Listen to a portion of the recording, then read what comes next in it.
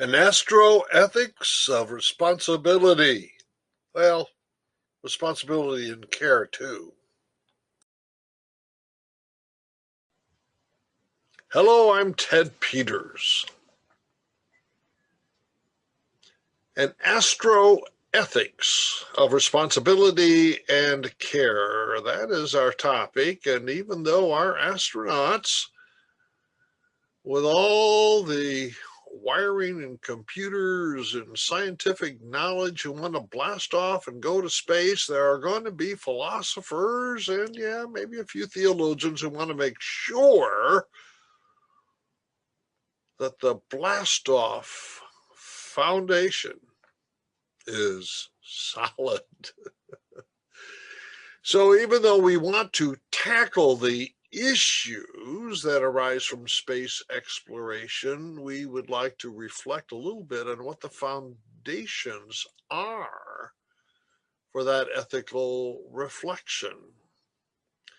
Yes, indeed. As we search for living critters within our solar system and maybe intelligent civilizations on exoplanets elsewhere in the Milky Way, we're going to need public policy supported by good ethical reasoning. And philosophers and sometimes theologians want to pause and say, well, just where does that ethical reasoning begin? Well, I'm going to go to nature through the eyes of Jewish philosopher Hans Jonas, who notes that life, no matter how primitive and simple, wants to remain living. There's a survival impulse. Can we draw the value of the good out of observing the survival impulse? But we want more. Not just survival, we want to care, not just for ourselves, but for others, for other life forms. And we want to care for ET when we meet him or her on that exoplanet. So in what follows, I plan on doing two things. One is, briefly, trying to lay the foundations for an astroethics of responsibility and care. Then try to assemble a brief encyclopedia of issues that will arise within our solar ghetto with microbial life and related matters, and then take a look at extraterrestrial intelligent life that could be living on an exoplanet, and what might our responsibilities be if ETI is dumber than we are but still intelligent, about equal to us in intelligence, and what if they are superior to us in intelligence? What will that do to our sense of moral obligation? Well, fasten your seatbelt and get ready for blast off.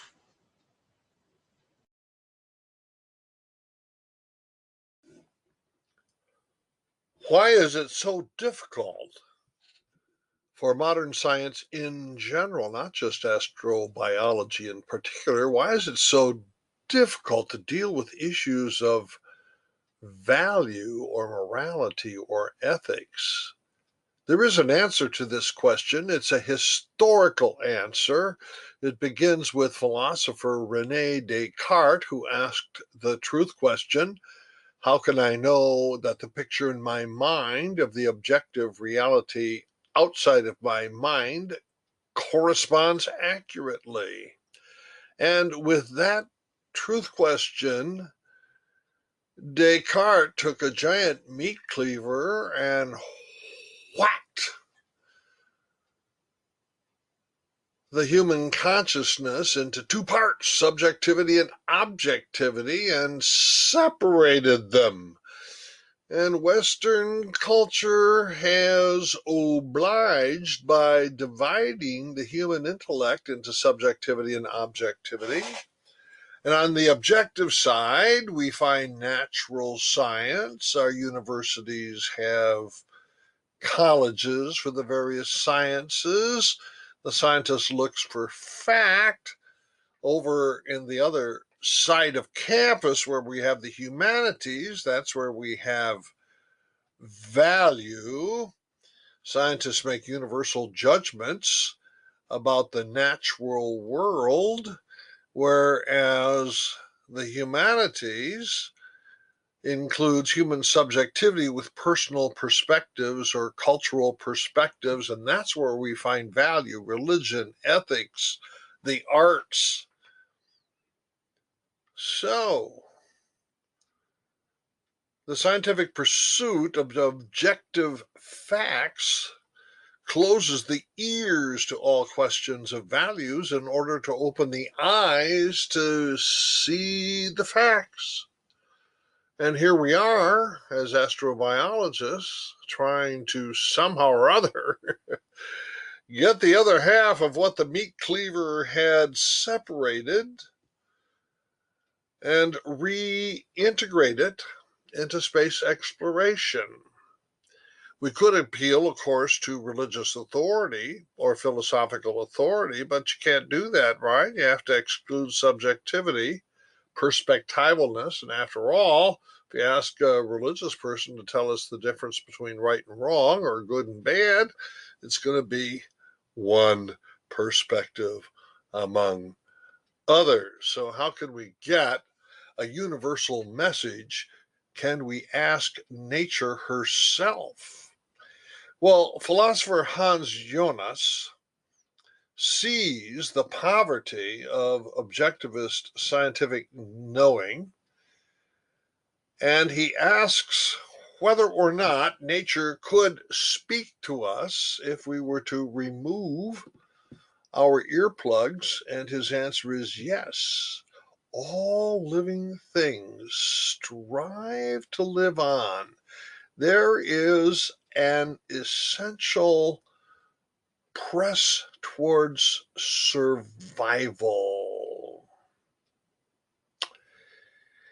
Is that a naturalistic foundation for value, for ethics and morality upon which the astrobiologist can rely? Well, if you believe strictly that the is on the objective side of the meat cleaver and the ought is on the subjective side, well, no. But Jonas wants to argue, look, if you're an objective scientist, nature is talking to you. The is of nature, the press to survive, is the ought for you and I morally to honor and respect the survival impulse. Will that suffice to provide a naturalistic foundation for astroethics?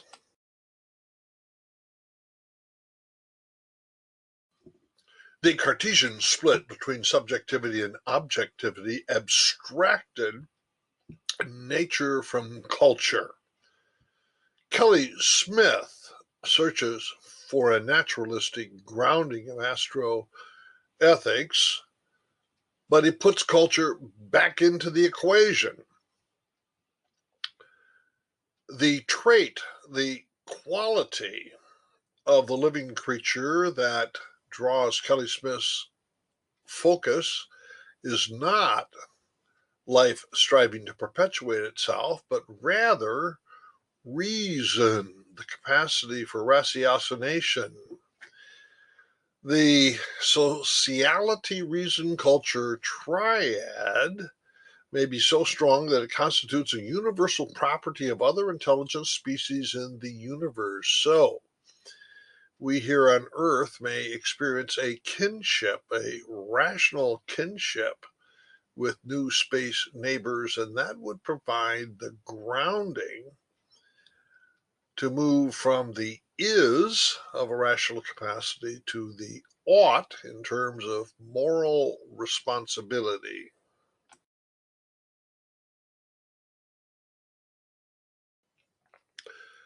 Before the Cartesian meat cleaver so sharply separated subjectivity from objectivity, Roman Catholics, Lutherans, and others in the Western Christian tradition affirmed natural law. That is to say, there is a general revelation apart from scriptural or special revelation that all human minds can perceive regardless of culture. Included is human rationality along with the principles of nature. Brian Greene wants to go back and retrieve natural law ethics like Hans Jonas and Kelly Smith. He's comfortable moving from is to ought. What he observes, a modern scientific observation, is little entelechies, little strivings that go on in living creatures, such as the striving to survive on the part of living creatures, and we have a moral responsibility to respect these entelechies. Now, does that provide sufficient foundation upon which to build an astroethics? Well, we're getting there step by step. I want to move from the survival entelechy to care, empathy, and care, not just for my own survival, but for others. How will we get there?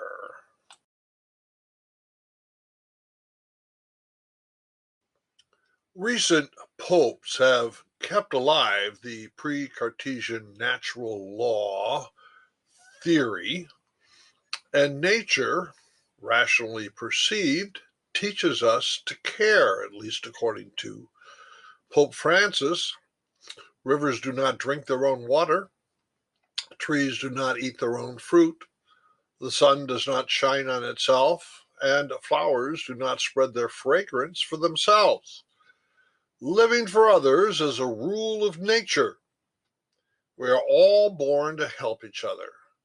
No matter how difficult it is, life is good when you are happy, but much better when others are happy because of you.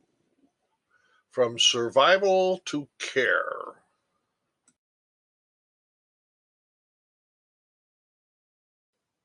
As we step from survival to care, might we consider implementing the golden rule? As Jesus says, do to others as you would have them do to you. Martin Luther, interpreting this, says nature teaches. No, not the authority of the Bible, not the authority of Jesus. Nature. Nature teaches, as does love, that I should do as I would be done by.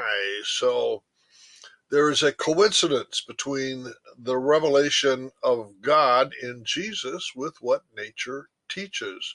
Here's Edward O. Wilson, no friend of religion, yet he still fancies himself to be both a scientist and a moralist. The golden rule is perhaps the only precept found in all organized religions. The rule is fundamental for all moral reasoning. So what he's done here is he started from the subjective side of the ledger, the perspectival side. And because we find the golden rule in many religions, it is not the private property of one religion over against another. He feels, as anti-religious as he feels that you and I can care for one another as we would care for ourselves. Now, Immanuel Kant moves this, just nudges it a little bit further towards what will become our doctrine of dignity.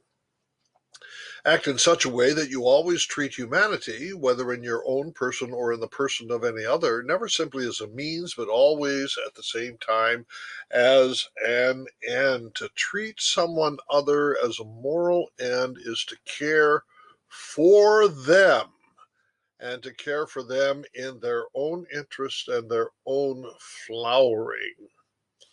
Are we getting anywhere? Naturalism? Natural law? An ethic of care?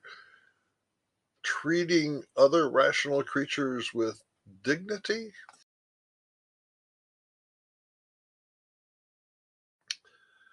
The United Nations has said that circumterrestrial space is the common heritage of mankind. We know this as the CHP principle. Is that implying something such as the common good?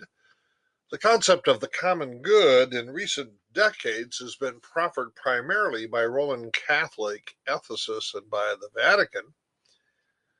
Jacques Arnaud will borrow from the common good to talk about a sacred space that surrounds our planet. Stephen Dick has a cosmic commons, and so does John Hart. Let me read what John Hart has to say.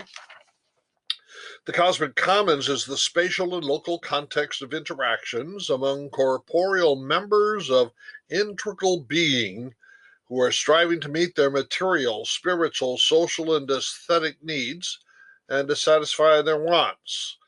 The cosmic commons includes the aggregate of goods which, beyond their intrinsic value, have instrumental value in universe dynamics or as providers for the well-being of biotic existence. In the cosmic commons, goods that will eventually be accessible on the moon, asteroids, meteors, or other planets should prove useful to humankind, to other intelligent life, and to biokind collectively. Cosmic commons. I think because of the light year problem, we're never going to have something like interaction, let alone responsible interaction beyond the Milky Way. I wonder if a galactic common good might be a little bit more realistic category for the astroethicists.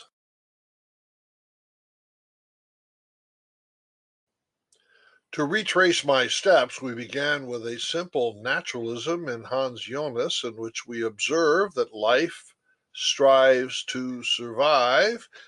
We moved through natural law ethics to care, in addition to caring for my own survival, I care for that of the other, and then finally to a vision of the common good.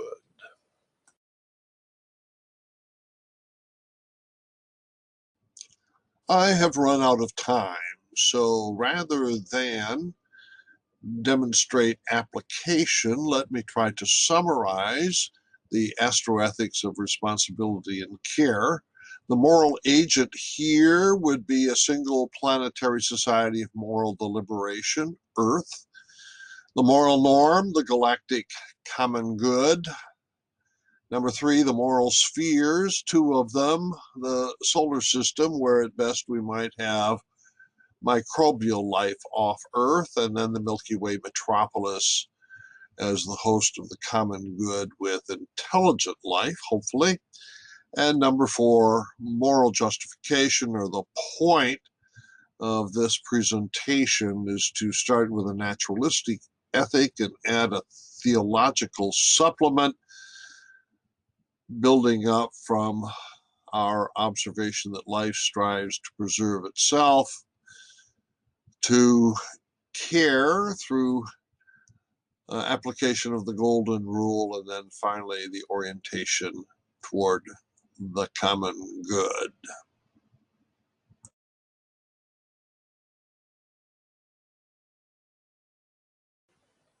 Bye-bye.